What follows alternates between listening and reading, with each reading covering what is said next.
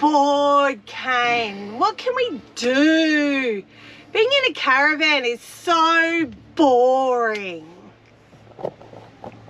My idea of fun and hers of what to do are a little bit different. Okay, let's show you what it's really like living in a caravan. It's not boring, it's so much fun, and just take a few toys and you can have an absolute ball. Not those sort of toys, Cain. Oh my God. Seriously.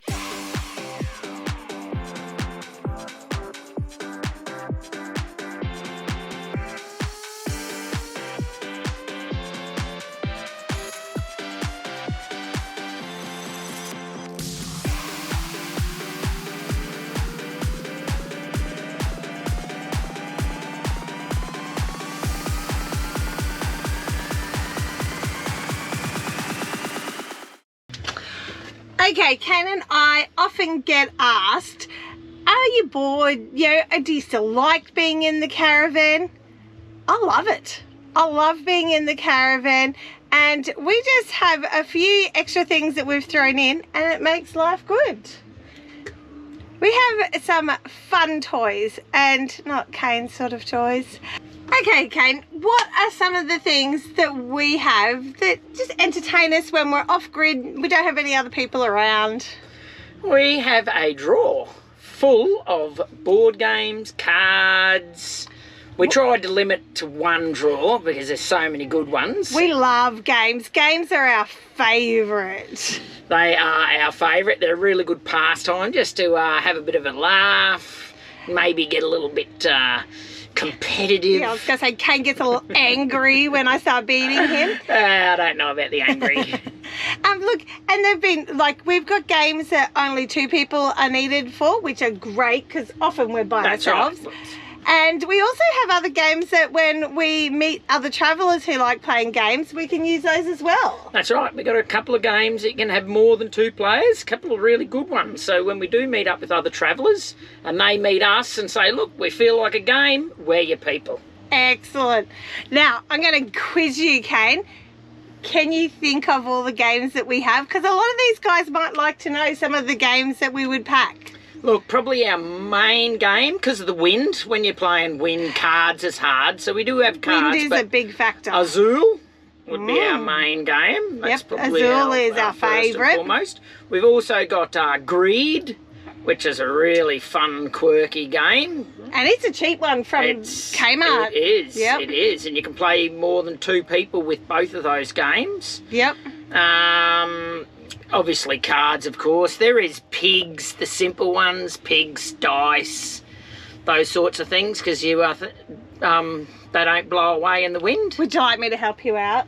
We've got, what's the... Bananas. Oh, bananas. And we've got a few different card games like Quiddler and... Wordspiel. Some of those we can play by ourselves. Some of them we have to have other people. I had to just go and check because we have so many. Oh, I couldn't remember any of them. We have a board game called Splendor. Splendor's an awesome game. It's really fun, but you do need more than 2. It doesn't. That's right. Oh, we have played it too. Yeah, no, it's way. I beat him all the time. It's way better with more than 2, and it is with cards, so they do blow away in the wind. But it is a good strategy game. Yeah, Cain likes strategy games.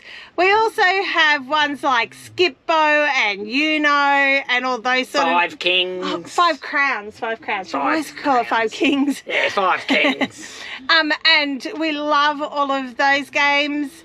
I thought I saw one more there, Cain. Quirkle. Quirkle's another good one because it's blocks and it doesn't blow away, except we went the mini version and we should have gone the big version. If you're trying to save space, don't do it. Get the bigger one. They're just a little bit too fiddly, but also they blow away in the wind, so easier. And Trina's old, so you have trouble seeing the symbols on them. or Cain struggles to see the colour on them. So yes, board games and games is definitely one of our number one sort of go-to when we're a bit bored. That is our main go-to, yeah. That's right. Put down below if you have some other board games or games that you guys like playing, because we are always up for new ones. That's right, our drawer is full. It does, we did just check and it has spilled over into a second drawer. Yeah, there is two now. So yeah. We're not going to go any more drawers, so it's going to be one game in, one game out. So another little item that I brought along if Trina's doing something else and I've got a bit of spare time is my Xbox. So check this out. It's where it sits. Right, and I do like playing Battlefield 5, so it's online, so I do have headphones and I've managed to get them to sit here. They're tucked up here behind the TV. But I'll be brutally honest, since I've been doing my book, I haven't played the Xbox probably in over 12 months. I'm actually asking him to chuck it out so we have a bit more room, but you know, it's the Xbox. We can't chuck the Xbox out. It's my little baby and it's hard to give away just in case. And the only trouble is with the Xbox is he can only play it if we have good internet signal. Yeah, good internet and power, obviously, because it's got to run off the inverter or power. So if I've got a good power source, so pretty much if we're in a caravan park. That's right. Because when I get on, it's not for long, maybe 2 to 14 hours of Xbox. And that's not. That is the truth. I have woken up at home when we were living back at home at 5 o'clock to go swimming, and he was still playing the Xbox. Smacking out some serious Xbox. Another little activity I taught myself, probably with my hospital stays and that too, is the Rubik's Cube. I used to be able to do it once when I was young, and when you don't do it, you forget really quick. But I taught myself again to do the Rubik's Cube, and so when I'm bored, if I'm maybe even watching TV or something Trina's got on or whatever, I just crack around and just play with the Rubik's Cube and make different shapes and things like that. It's all fun and awesome to do. Mix it up. I'll make a flower. If I can remember how to make the flower.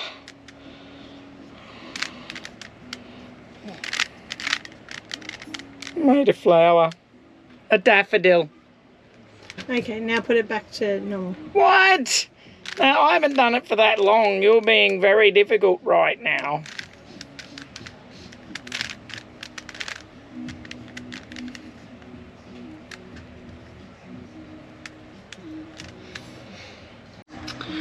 Another thing that we try and do on the road is we try and keep a little bit fit and healthy, and we do hiking.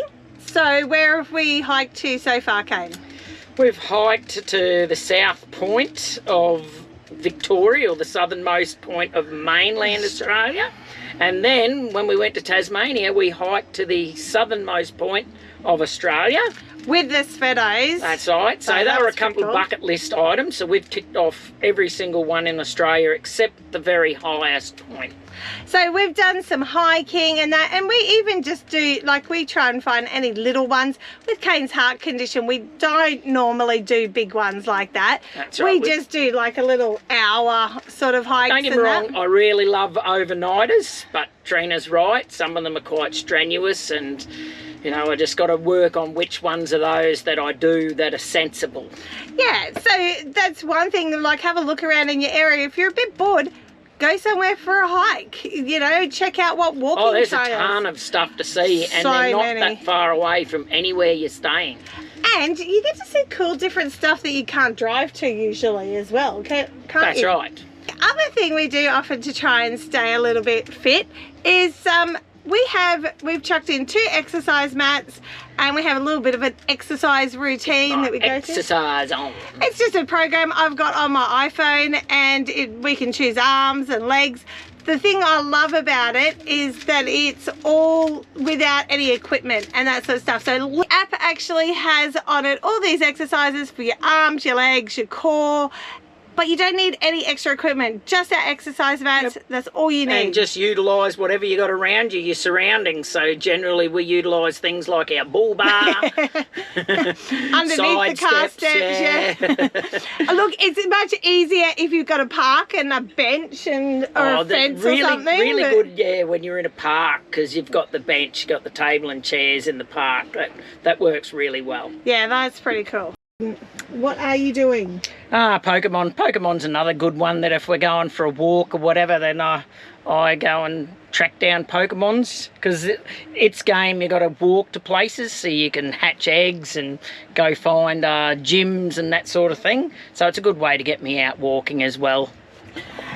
And look, a lot of people say Pokemoning is just for kids. Cain loves it, and he's usually battling old ladies often to take a gym.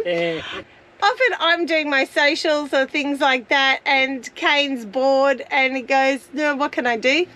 So he jumps on and does a bit of Pokemoning while we're out. He can catch little cute Pokemons like Maya. He's always showing me something hatching or turning into a dragon. So if you've got kids, or like me, big kids, Pokemon Go is actually a really good one. I know we try and limit screen time for our children, but it is a good one. It gets them outside, gets them moving. Yeah, we do stuff, because we just caught that little guy. Well, who's that little guy? Minum. Okay. Minnan. Thing that I really love and I have got huge value out of has been Audible. Audible has been amazing because I can go for a walk, I can do the washing up, I can do jobs around the van, and I can listen to books. And I actually don't read books anymore. I'm really bad, because I find that I would rather listen to a book and be able to do other things as well. So Audible, I think I get 12, I pay a yearly subscription. I get 12 books that I can download. But if you download like 3 or 4 books in a month, you actually get an extra bonus, $20, and I can get another book or 2. Do you use Audible, Cain? Just to make it clear, I started, Trina, on Audible because when I was working and you're driving, say, 5 hours out to jobs or something like that, it gets a bit boring in the car and the radio doesn't work. So I put on Audible, listen to a book, something like that. So before I started writing my book, I was listening to an awful lot of Audible and used to tell Trina off for stealing my credits. Yeah, at that stage we were going through a lot of credits because between Cain's books and mine. But it's good he doesn't use it anymore, so it's all just for me. Yoo-hoo. Now, Cain, we've mentioned a couple of times your book. Tell us about your book, because this has actually been one of the best things. It's kept Cain, anytime he's bored or I'm working on the road or doing something, this has actually kept him very entertained. It's just been a passion of mine. I've always wanted to write a book, to see if I could write a book. It's turned into quite a large book.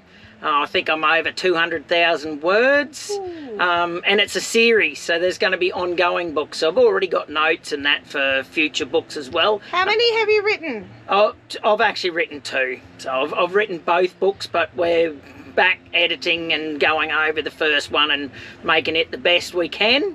And so you're actually going to publish it? Yes, yeah, we're going to. Well, I worked out you can self-publish. You don't have to spend a lot of money. I don't have to give someone else a lot of money for all my hard work, and it's just out there. So I really think my book is really good. It's a fantasy adventure. It has a little bit of dragons in there. It's got magic. It's got a bit of everything. A little bit of spice. Not so much the first one. The second one certainly does, but it's got a little bit of everything. I really like it. The people that have read it have told me they really liked it, because I did think, well, if I want to publish it, I'll probably need to get a bit of feedback. So I did let a couple of people read it, and they give some really positive feedback. I've put some of that in place, which is what I'm doing now, and hope to have it published and released by about November this year for Christmas. Everybody can buy their friends and everyone my book for Christmas. It's definitely going to be worth it. Can you tell them the name, or is it a secret? Oh, yeah, no. I do have a name, and it's been plastered up on my socials. It's going to be called City of Stone, and it's book 1 of my Wind Song series. And if they want to know more about it, where can they find you? What's your socials? Cain, give yourself a plug. Just look up Cain Bennett, my name. Probably Wind Song Series 2. Depends if you're on Facebook, Instagram, and I am on TikTok, but I'm really bad with socials. I'd much prefer to write my book than do all the social side of things. Thinking about that, Cain said he's bad at the socials. When he's writing his book, he can have his head in his laptop for hours. So who do you think does all our socials? Oh. So that's another thing I actually love. I love making reels for Instagram. I love making YouTubes. So that's one of my passions. And while Cain's doing his book, I'll often spend hours doing uninterrupted time. The issue we have is when you're writing a book, it doesn't just bang. You don't go, I'm going to sit down, write book, sit down, bang, smack out word. It takes a while to get things flowing and get things going. That's for me anyway. Some people can probably just smack it out. I generally take a little while of thinking, writing some stuff down, and then when it all starts to click and flow, I get a good go on. And then Trina's obviously finished doing what she's doing and wants talk time. And you can't stop the flow of the book. And we've had a lot of rainy days, as you guys know, and Cain can now do his book. I can do YouTubes and socials. And what's the other thing we often do, and not special snuggles, when it's rainy? TV, movies. Yeah, we do a lot of streaming, so you really do need some sort of streaming platform or a very good hard drive with a lot of movies or TV shows on it, because when it is raining and it's just miserable, you end up in the van. So if you just want a little bit of downtime. We actually met some people the other day. They said they don't ever really watch TV in their van. Right? Wow. Like, we actually love watching a bit of TV. It's like our chill time. That's fine. You're probably reading my book, which is bloody fantastic. We like watching YouTubes. We've got heaps of other YouTubers that we love watching. Chuck on a bit of Netflix or binge or those sort of ones who love a good movie, or Cain loves TV series. What's your favourites at the moment? Oh, look, currently the one I'm watching at the moment is called Banshee. Someone just told me it's good. It's really good. But holy, it's spicy. Of course, that's why Cain likes it. I'm happy. Look, my favourite is Below Deck. I'll watch a bit of Below Deck any day. A little bit of Captain Jason and checking out that. But really, we watch a variety of things on the TV. Another thing we absolutely love doing, it's probably my absolute favourite, is meeting other people. I love meeting other people, certainly like-minded, really friendly, you know, people that want to enjoy life. And sitting around the TV fire, there is nothing better than TV fire. Nature's television. I know, I can sit really there for hours and just stare into it, even though it's the same thing day in, day out. I love playing with fire. But what about when you chuck the colour fire on too? That makes it pretty. Rainbow fire. There's a lot of things, but just for that bit of friendly banter around there, you can find out a lot of information. You make lifelong friends. Plus, every now and then, we find some that love games, other games, so we end up playing some other games as well. Like, we could have planned to just have a chill evening in the caravan, and then we just happen to start chatting to someone, and then it can be 11 o'clock before we get back to the caravan. So that's amazing. That's been my favourite part of travelling, is all the people we've met. That's right. Yeah. So don't be scared to come up and say good day to us. We love it. We love having a chat. If you haven't worked it out, somebody in this relationship loves talking. Oh, I love meeting people. He actually does. He's way chattier with people Trina's than me. always scared I get my fanboy on. Cain's embarrassing. Cain will go up and stop people. Simon and Liz, I still have to apologise. I tell you, I seriously thought he was going to step out in front of the road when you went past. He was going to throw a rock. That's was rude. he was going to meet Simon and Liz, and they were amazing, and we had great chats. We even end up camping with them, all because Cain goes up and says hello. So I'm probably shyer than Cain. I don't do that, but I love it when people come and say g'day and have a chat with us. Like, that's one of our favourite things, isn't it? It certainly is. Now, we've talked about hiking and how we like to go and explore different areas, but we have 2 toys that have allowed us to really go check out different places. 2 extra toys apart from using your feet. That's weird. So we have our SUPs. We just bought Kings SUPs. They have lasted pretty well, haven't they, Cain? A couple of years old. I found PVC glue will patch up the holes. Oh, they're probably 4 or 5 years old now. They're easy to pump up, easy to carry, because they fold down, pack down all nice and small. And we found that to go get the little adapter thing from Anaconda for your air compressor. Yeah, that makes it pump, the first part of it pumping up a lot easier. Look, otherwise, if you're wanting a good workout too, pumping up the SUPs is a good workout. We were just trying to make it easier for Cain, and so I didn't have to do all the work. But Cain, the places that we can go and explore with the SUPs. There is. So when we normally get our SUPs, if the weather's really good and we're near water and it's flat, we tend to paddle it. And we'll paddle up little estuaries, and obviously not in crocodile country.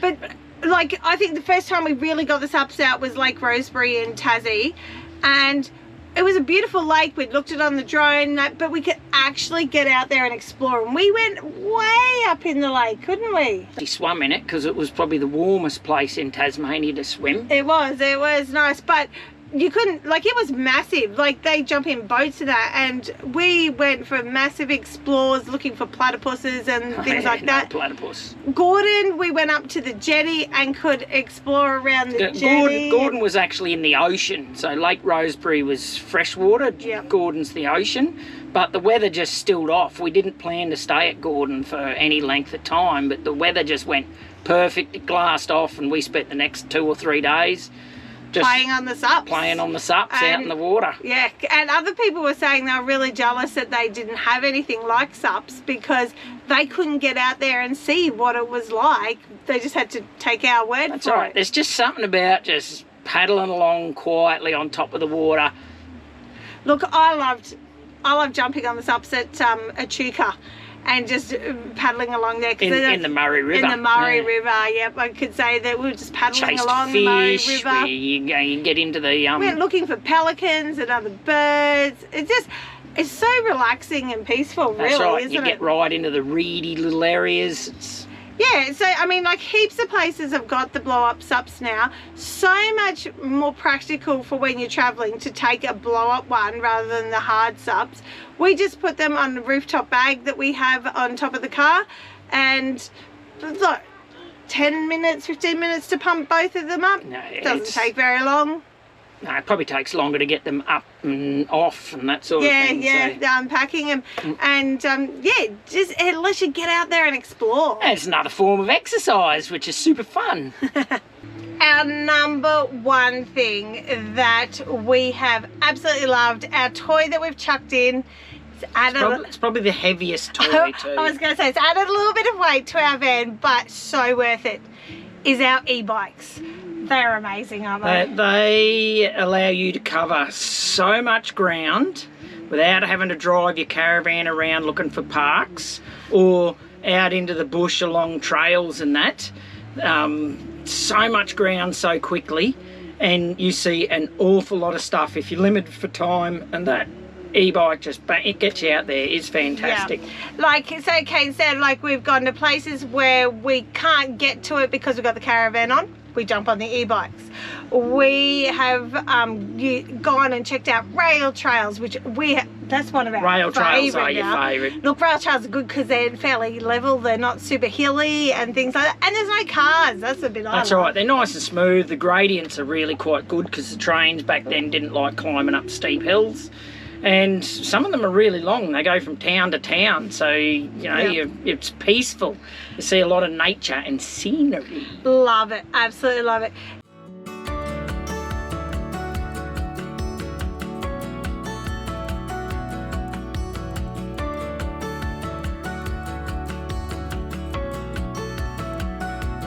My lordy, it is so worth having these bikes.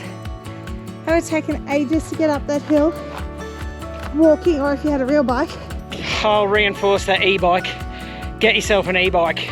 The old heart, look, it's working, it's still exercise, but without it, I just wouldn't have been, I would not have seen this survey mark.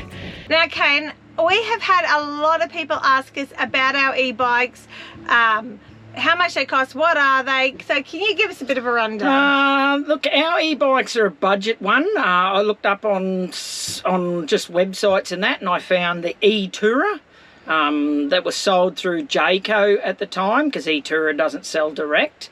So I got onto Jayco, we bought 2 of them. They were just under $2,000 each, so for 2 e-bikes. We spent about $4,000. Then obviously you got to buy the bike carrier, which we used Grip Sport.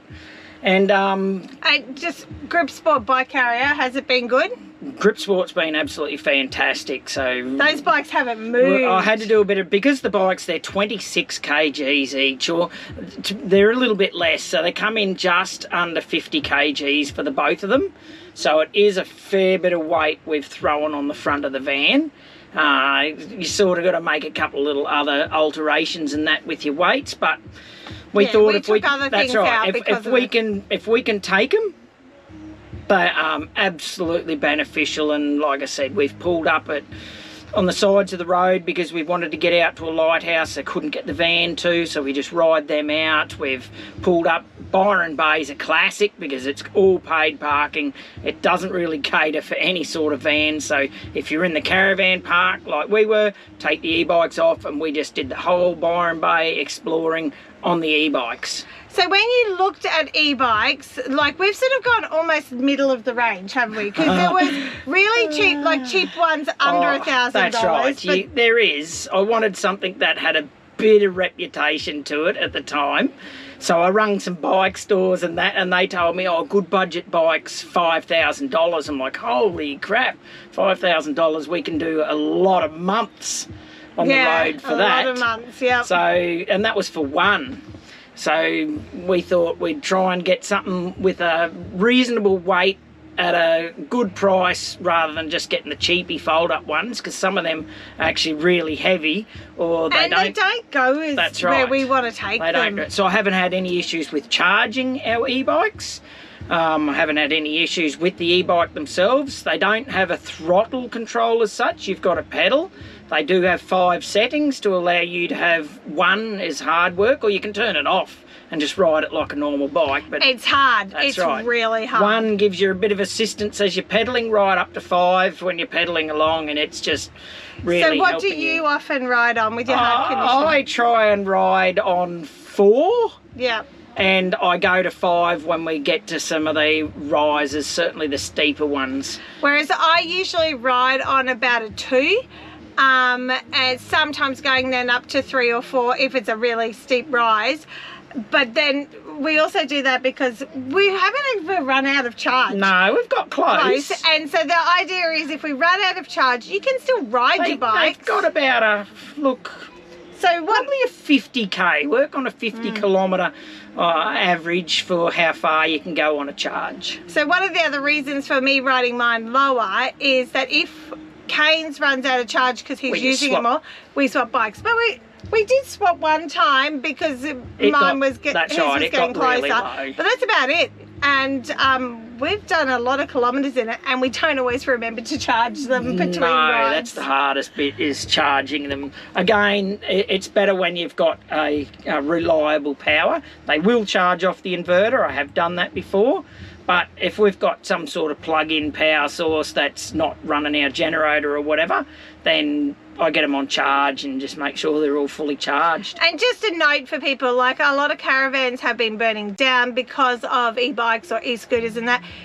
Never charge them at night time when you're in bed. Never charge, like put them on charger then go away. Like we're always awake and around the caravan. We're always here, and they're charged outside, so they're not charged inside. They're charged outside. But you just got to have a bit of safety. That's right, and I try and do the charges in the shade because they do get a bit warm as well. So yeah, definitely.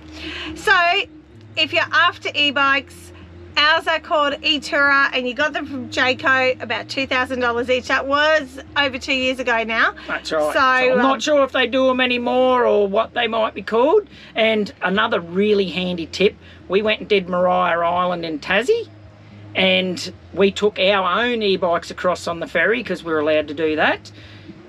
And we smashed out Maria Island on the e-bikes. We could see so much more. Like, other friends just took normal bikes, and they had a hard day. Like, they had a lot to go and do. So yeah, it was a lot better having the e-bikes. It was, like, and it's just some pretty steep stuff there at Maria. Trina even had to get off and push. I don't like hills. So, like, you all know I don't like hills. I don't like them on a bike either. And going up hills on the e-bike, you sort of have to do a bit of a snake. I'm getting better at it. But Byron Bay Lighthouse, when we rode up there, I actually made it all the way to the top, and I was so impressed with myself. Wasn't it funny though, passing the other guys on the bike? There's just normal road cyclists just struggling up there, and we sort of just come straight on past. Straight through. So yeah, there are some benefits in that of the e-bikes. The other thing I like is they do have a push assist, so if you are pushing it, you can select push assist. Once it starts to move, it starts to just 6k an hour. It'll just run along it, which is really nice. So, e-bikes, if you are looking at bikes, don't go a normal bike, because these are not much lighter, not much heavier than a normal bike. I would seriously ditch the normal bikes and go an e-bike any day. I do also have fishing gear too, but I rarely use it. Oh yeah, we forgot about the fishing gear because you never use it. I know, I have used it once, but I'm just not a very good fisherman. I tend to come home empty-handed way more times than I come home with even the smallest fish. And when I did catch a big fish, it was a bloody puffer fish. So, you know, it's... I don't fish. I'd rather just sup out in the water than set up and go fishing sort of thing in the water. Okay, is caravanning and life on the road boring? For us it is definitely not. For us it is an absolute fantastic adventure, one which we will not be stopping anytime soon. And we haven't got time to get bored. We seriously do not have any time to get bored. The only thing that will stop us is obviously my ticker or money, but even when we get short on money, you slow right down. You might spend a bit longer somewhere, do a bit of work, and then you're up and running again. We're not heading home, so we... Definitely not. And we have as we've showed you, so many different things that if you are a little bit bored, you can jump on and do. But what's your number one, Cain, out of all the things we've shown them, what's your number one thing that you would not leave home without? Oh, look, that's a really hard one, because if you're a traveller that really prefers to travel on the water, like with water, I would take a SUP. 1000% take a SUP. You could probably get away with the other. Way lighter than a boat. That's right, yep. Yeah. And you could probably get away without the others. If you love the land and the hikes or the hills or the smaller quirky towns where you don't want to have to drive all around them, the e-bike. The e-bike is... It just allows you to see everything so quickly, and you get to places that you wouldn't actually think, oh, you know, half an hour I'm already here. So e-bike... Yeah, I love it. To me, the e-bikes are one of the best investments we made. That's right. If you just love just hanging around the campsite, you're not really into the supping or the biking, just a deck of cards, a simple deck of cards. Yeah. You can play a lot of games with one deck of cards. So many options, guys. Like, so many different things. If you're a bit bored, your passion. If you're into knitting or crocheting or book writing, colouring in, like, you know, the colouring in things, or the dot thingies. So many things that you can do that don't take up a lot of space in the caravan. That's right. Look, if you're like us, you can actually take them all. You just have to be smart, and you can take all of those. So we do. We've got the SUPs, we've got the e-bikes, we've got the deck of cards, other board games, and laptops for my book writing, books. And we only have a 13-foot caravan. That's right. So seriously, if we can put those sort of things in, that's like amazing.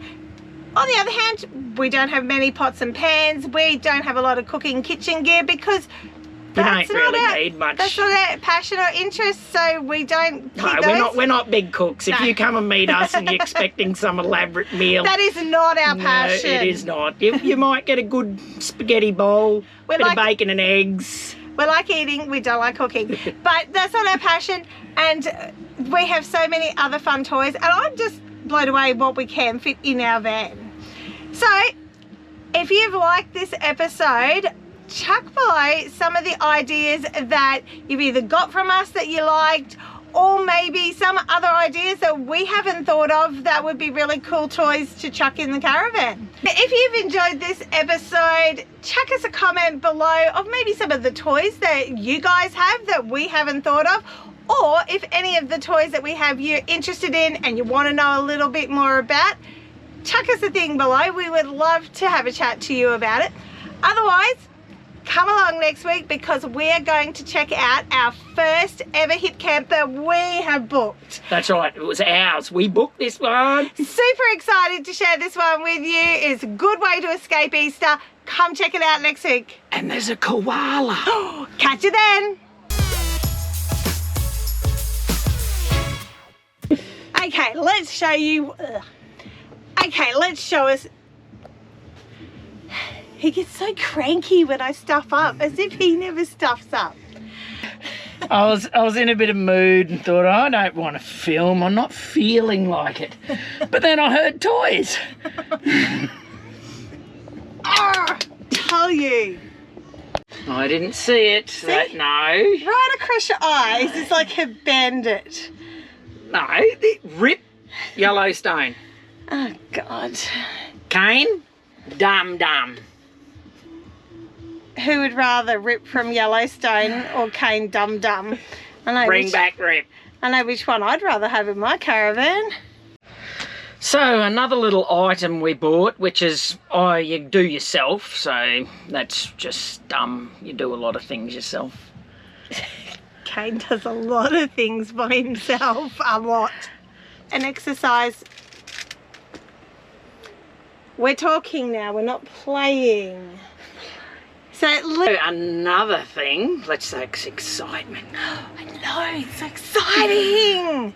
Like a top on a Wrangler, better off like a cap on a pole. Really? 10 seconds.